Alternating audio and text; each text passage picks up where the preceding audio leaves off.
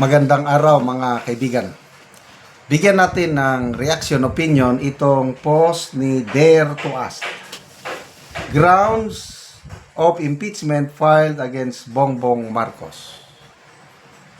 Meron pong 5 basihan bakit sinampahan nila ng impeachment ang Pangulong Marcos Jr. Number 1, respondent ordered and enabled the kidnapping and surrender of former President Rodrigo Roa Duterte to the ICC. Hey. Number 2, respondent is a pulburon addictus whose condition impairs his judgment and leadership. Mabigat. Kidnapping addictus. Number 3, respondent failed to veto and program appropriations and other unconstitutional provisions of the General Appropriations Bill for 23, 24, 25, and 26.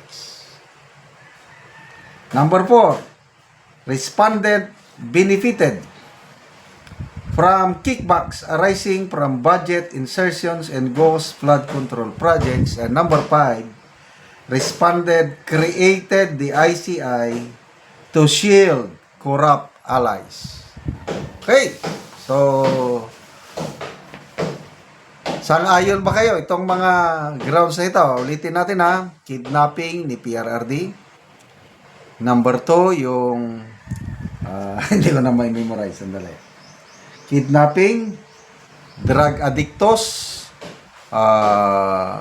yung hindi niya nabeto ang mga unprogrammed appropriations sa 4 na taon. Nakihinabang siya sa kickbacks, ang flood control scam, at pang-5, palabas lang yung kanyang ICI para maproteksyonan ang kanyang mga aliado. Okay. Tanong, sino ba ang nagsampa ng impeachment complaint? Ito, post din ni Dare to Ask. Ngayon lang namin narinig ang Pusong Pinoy Party List and its representative Journey Jet Nisay. Kilala niyo siya o sila? Ako hindi ko kilala. Kasi ito ang nagsampa. Pusong Pinoy Party List.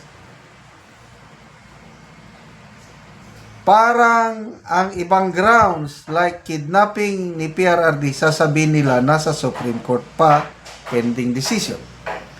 For other grounds, it is very interesting to see kung ano-ano ang mga ebidensya.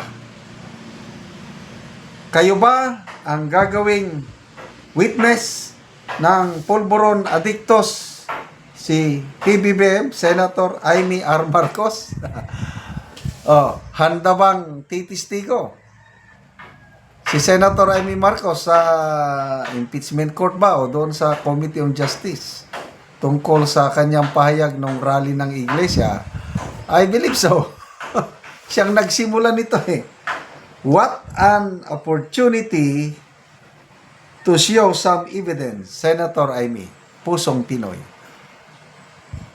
May connection ba kay Senator Amy itong Pusong Pinoy?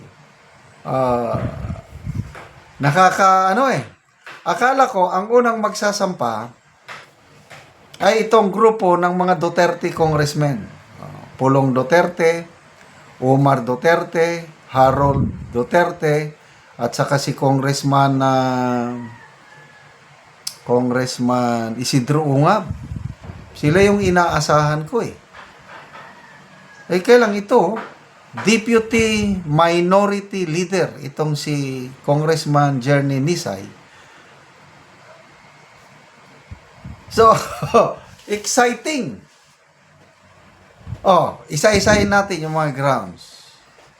Kidnapping, betrayal of public trust, ang hulog nun dahil pinaka popular na presidente sa bansa na nung umalis sa kanyang pwesto nakakuha ng 80% approval rating. Walang presidenteng nakagawa niyan. Siya lang. Kumpara mo sa sitting president ngayon, Marcos Jr., negative 15 na yung kanyang trust rating. So, ibig sabihin, ang daming ayaw ng presidenteng ito. Kay negative na samantalang si Tatay Digong, 80% ang kanyang ang layo. Tapos, pinakulong mo, dinala mo, kinidnap mo, group effort, papuntang hindi, betrayal of public trust niyan. Ano pa? Yung addictus benedictus. So dahil gumagamit ng pinagbabawal na gamot, apektado ang kanyang decision making. So, saan hulog ito? Other crimes or public trust? Betrayal of public trust. Number 3, hindi niya na veto ang mga unprogrammed allocation sa 4 na budget. So, this is, graft and corruption. Ano ba yung number 4? Nakinabang siya sa mga kickback.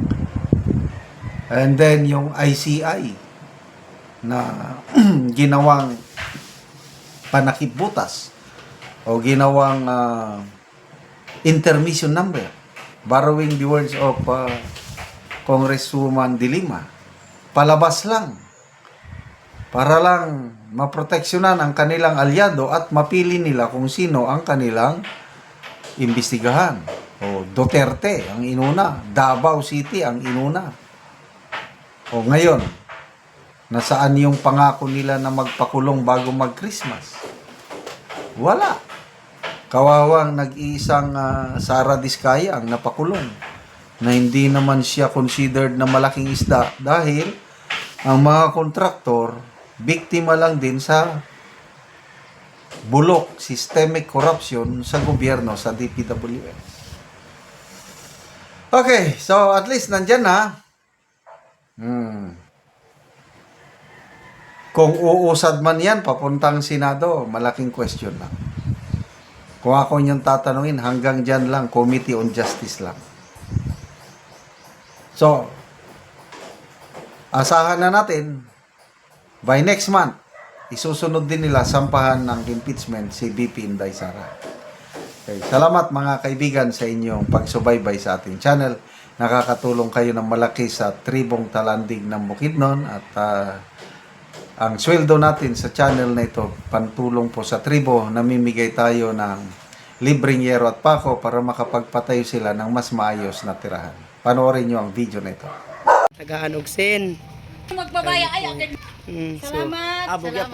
Salamat tayo, sir. So muna ni ang balay ni Kuya sa natag sa Yaha. So muna ni ang itsura sa ilang balay nga magkatuluan gyud sila tungod sa kuana kadugayon na. Ilang balay yo. Pila na ni katuig ya inyong balay? 12 years na ni siya.